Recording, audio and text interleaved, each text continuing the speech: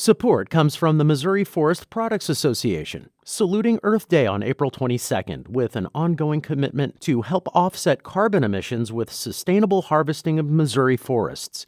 Details at choosewood.com. Welcome to St. Louis on the Air. I'm Sharon Stevens. English rock band The Who first released Tommy, the wildly successful rock opera, on May 23, 1969, exactly 50 years ago tomorrow night. And that's when Missouri-based bluegrass band The HillBenders will open for The Who at Hollywood Casino Amphitheatre. It might seem an uncommon pairing, but The HillBenders' 2015 album is a full-length Tommy tribute, bluegrass-opry style, that is. St. Louis on the Air producer Evie Hemphill caught up with HillBenders guitarist Jim Rea yesterday as he and the rest of the HillBenders anticipated sharing a stage with The Who. Evie began by asking Rea if the fact that tomorrow's concert coincides with the 50th anniversary of the rock opera's release was by design. It actually was, on my end at least. When I saw that The Who were touring, my first thought was obviously to reach out and see if we could open for them. And when I realized that the St. Louis show, which is, we're from Springfield, so St. Louis is close to the hometown as we can get. We've been playing St. Louis for, our entire career, which is almost 11 years. So when I realized that, it sure made the pitch to them much easier. It felt cosmic in a way. And so I was tickled pink when I got the reply that we were able to open the show for them. And I know it's been a few years since you released Tommy, a bluegrass-opry, the HillBenders' full-length tribute to the original rock opera. But is this the first time you'll actually be sharing a stage with The Who? Yes, it is. We got to meet Pete Townsend, and he caught wind of the recording, and our manager, Louis Myers, who is actually the producer of Tommy, a bluegrass-opry, it was his vision. He kind of had a way of things making things happen. And so whenever he reached out to the Who camp, and Pete had already heard the record, he invited us to the Nashville Who show back in 2015. And we got to go backstage with Louis and meet Pete, and we talked a little bit about the record and how his tour was going and what we were doing with the bluegrass-opry. But this is the first time that we've shared the stage with the Who, and it's a childhood dream of mine to play the particular venue that we're playing. It used to be called Riverport. I think now it's called Hollywood Casino Amphitheatre. But it's a dream come true for me because I've seen many great shows there, and obviously it's a dream come true to be playing with the Who. I've been listening to their music for a long time, starting with my mom and dad's record collection. It was Who's Next was one of the very first records I pulled out of the box. So. Well, the song Pinball Wizard played a big role in The Who's enormously successful 1969 record, and it, of course, is included on your bluegrass version of the rock opera.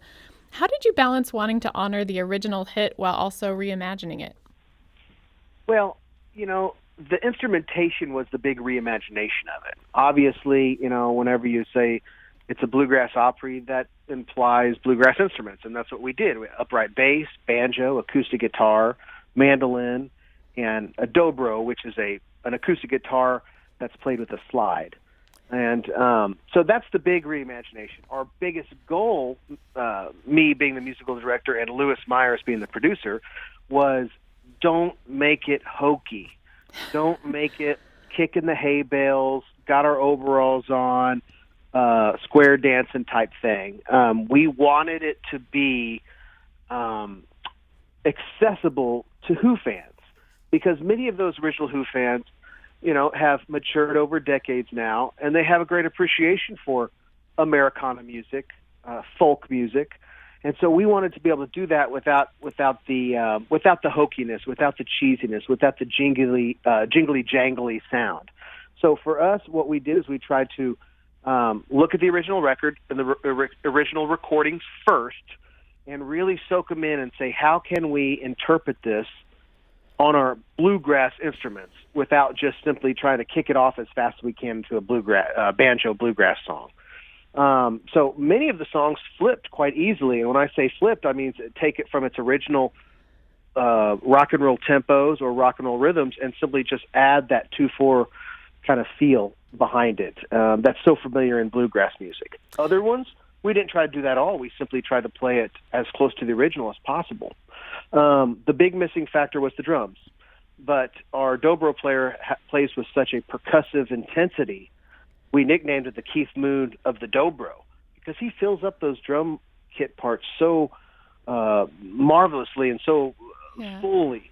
And that's the great thing about acoustic instruments, is that they have a percussive element. So between that and really making sure that the harmonies were all there, we tried to pay as much tribute and honor the original recordings as possible. Well, let's listen to a little bit of the HillBenders' reimagination of the song Pinball Wizard.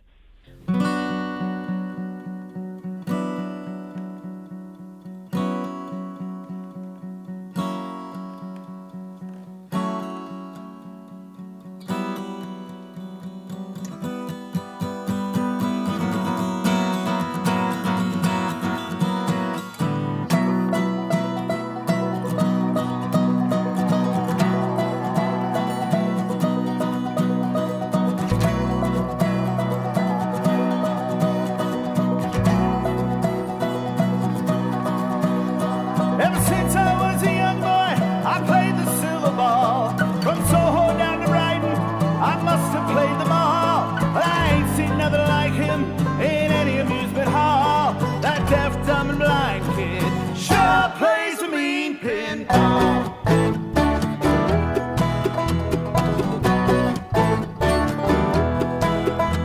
He stands like a statue, becomes part of the machine, feeling all the bumpers, always playing clean. He plays by intuition, the digit count is far. That deaf, dumb, and blind kid sure plays a mean pinball.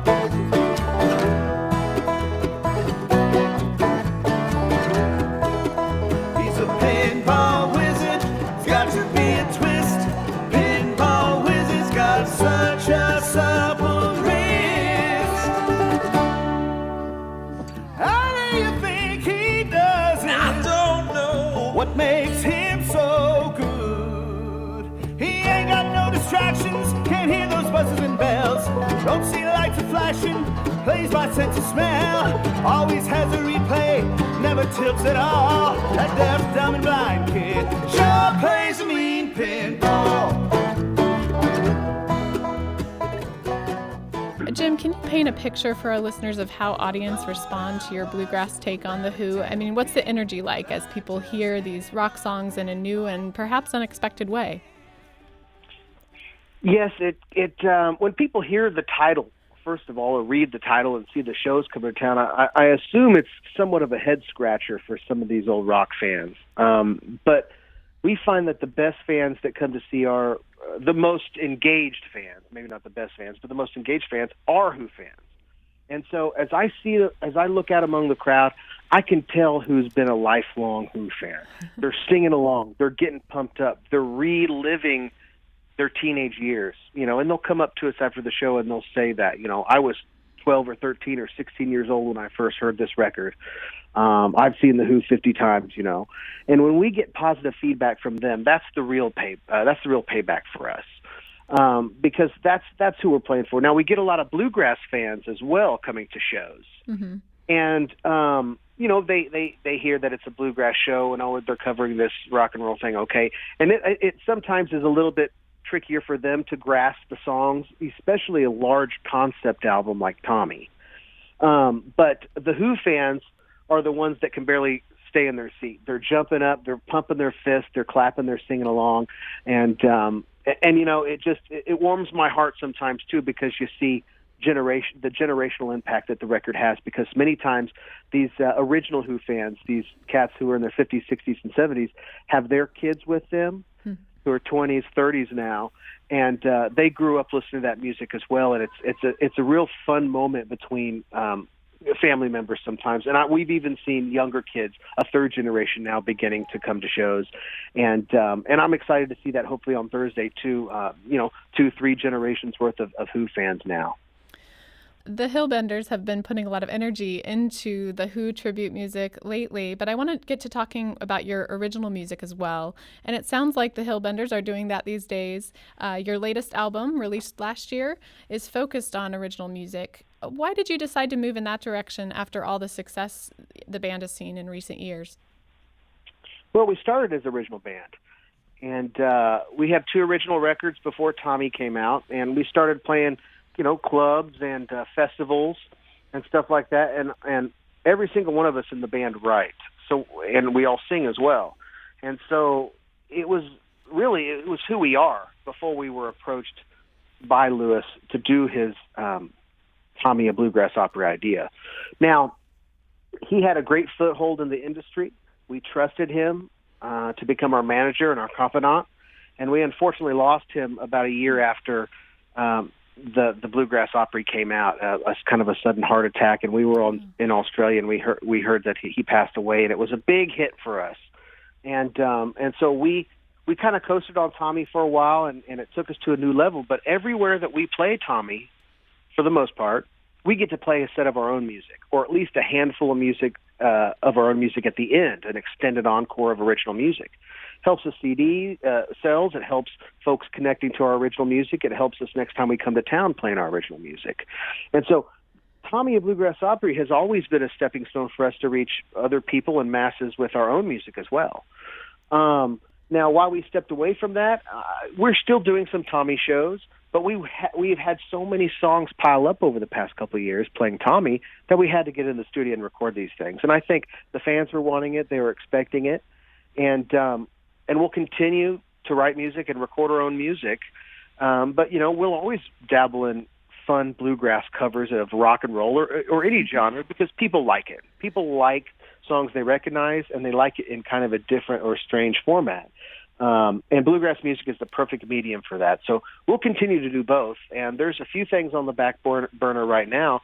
We're thinking about trying another version of another album, perhaps, or at least another band, or at least a deeper diving into some other things in the cover world. But until then, we're going to continue to write and record our own music. Well, speaking of the new album, I really enjoyed the song Lost Your Way. And I have to say, it didn't scream bluegrass to me. I don't know if it was the lack of fiddle sound that I'm maybe associate with bluegrass or what, but it just felt like a real melding of genres to me. Is that something you hear from your fans? Yeah, definitely. And we started as a bluegrass band. None of us grew up in bluegrass. It's a very traditional music. Our dobro player grew up on classic country and bluegrass music, which many, many bluegrass players do. It's part of their childhood. It's part of their upbringing. The rest of us, it was not part of our upbringing. We found it later in life, in our late teens and early 20s, and we explored it further down the line, and we started this band as a bluegrass band. But as it's progressed, I think our desires have just got away from more of the breakneck banjo breakdowns, fiddle music, stuff like that. We are looking to become more of an acoustic band. Like I said, we've added drums on a track recently. We've added some percussion and things like that. And just getting away from the bluegrass rhythms, it allows us to explore so many other genres, so many other feels when it comes to songwriting. Bluegrass kind of has a fixed element when it comes to songwriting and performance. And, I've always enjoyed doing it, but there's a lot more out there. So we are definitely beginning, and you could see in our original records, the first was very bluegrassy. The second was a little bit more progressive bluegrass. Then we did the Tommy thing. And now this record, we have definitely begun to try to find other sounds besides the same old bluegrass rhythm. So we're going to continue to do that. And that tune was by our banjo player, and he's kind of got more of a rock and roll mind frame as well. So we're going to hear and see more of what his ideas are coming in. And we're not going to shy away from bluegrass, but we're not going to limit ourselves anymore. Let's listen to Lost Your Way.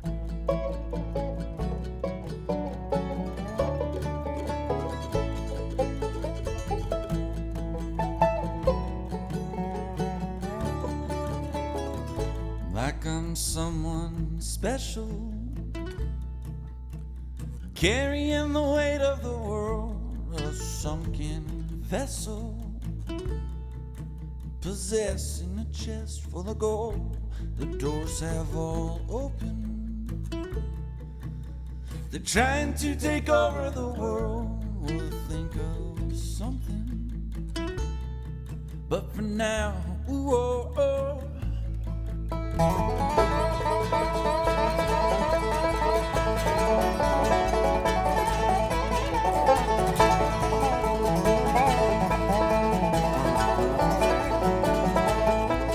the sun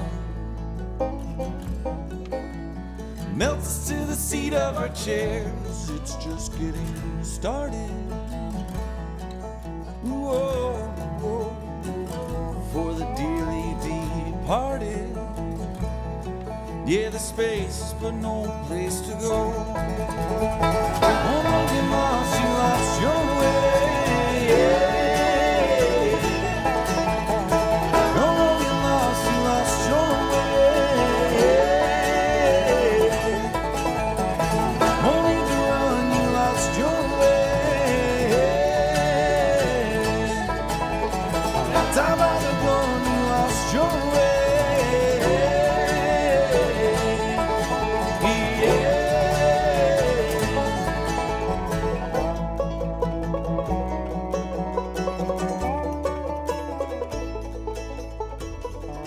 My guest is Jim Rea, guitarist and arranger for the HillBenders, the Missouri-based bluegrass band opening for The Who this Thursday evening at the Hollywood Casino Amphitheatre. Tell me about the inspiration behind the name HillBenders. Yeah, well, it's kind of a silly story. Coming up with a band name is always kind of a stressful deal. You want it to be good. You don't want anybody else to have a name, et cetera, et cetera. And we came down to two different names. One was the HillBenders, and one was the Walking Sticks. And and the banjo player hated the Walking Sticks, and the rest of us, we kind of wanted the Walking Sticks. I had this idea for a logo for a walking stick, the bug, to be have a walking stick and be walking down a trail. But anyway, that's the past. Anyway, the banjo player and the mandolin player arm wrestled over the name. The banjo player, if he won, it'd be HillBenders. If the mandolin player won, it'd be the Walking Sticks. And the banjo player lost, but he threw a fit, and he was so upset about it that we just went with HillBenders. And where it came from was we have a salamander here in the Ozarks called the hellbender. And it's this large, funky-looking amphibious creature. And we didn't want to sound like a southern rock band with the Hellbender name, so we just changed it because we have a lot of hills where we're from here in the Ozarks. Some of the oldest mountains in the world now are whittled down to hills. And and our buddy said, well, how about instead of HillBenders, HillBenders? There it was. After the arm wrestling match and the pouting, well, we became the HillBenders. Well, I like it, and I like how it kind of maybe indirectly alludes to this idea of bending genres and maybe getting away from hillbilly associations and things like that. But I have to say, as a lifelong clog dancer myself, it's the kind of music, it's the kind of music that makes me want to get on my feet and dance, do some freestyling. Do you all ever have people clogging at your shows? Well, maybe after this interview we will, but never before. No, I did a documentary. I'm also a filmmaker, and I did a documentary on Ozarks folk music, which is a big tradition here. Folk music goes back a long, long ways, and dancing was a big part of it here in the Ozarks. So I've met several dancers and got to play with several dancers, but the HillBenders have never had any clogging accompaniment. So I noticed in the liner notes for the HillBenders' latest eponymous album that some of the songwriting is collaborative. What's that process been like for the band? I know you were working on and trying out some of this new original music while touring the Tommy music. Yeah. Collaborations don't happen very often in our band, within band members is what I mean. Mm-hmm. Usually it's one person has a song, they bring it, and we work it out, we perform it. I bring my stuff that pretty much fully arranged. The newest song that we have is a co-write between our banjo player and mando player, but the main collaboration on the new record is kind of a big one. It's one with the great John Hartford, and for folks who don't know who that is, he's the one who wrote Gentle on My Mind, Steam-Powered Airplane, a big factor in old-time and bluegrass music, a huge influence for a lot of the newgrass folks who transitioned over into the 70s and 80s, folks like Sam Bush and Newgrass Revival. But so what I did is I took a poem that he wrote, and I put music to it. And he's passed away. He died about 10 years ago.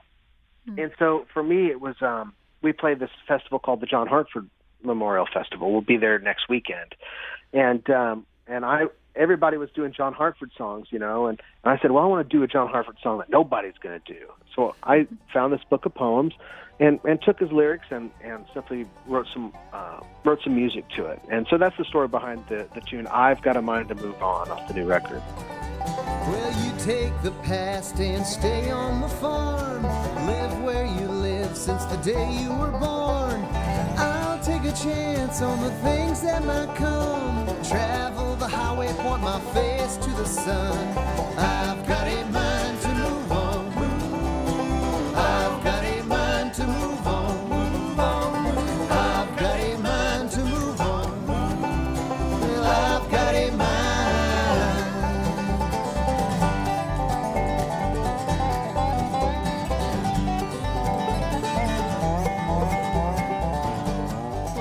Winding down, Jim, but is there anything else you'd like to share with our listeners as you look towards Thursday's performance with The Who at Riverport and look towards what's next for the HillBenders?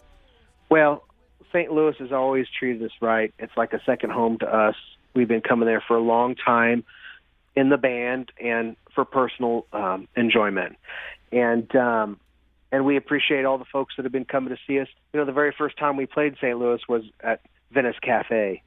And so from Venice Cafe to Riverport Amphitheatre, we couldn't be more excited and we couldn't be more proud, and we couldn't have done it without the great St. Louis folks. So we look forward to seeing you this Thursday, and we're going to be coming back to St. Louis for as long as we're playing music. So keep an eye out for the HillBenders, guys.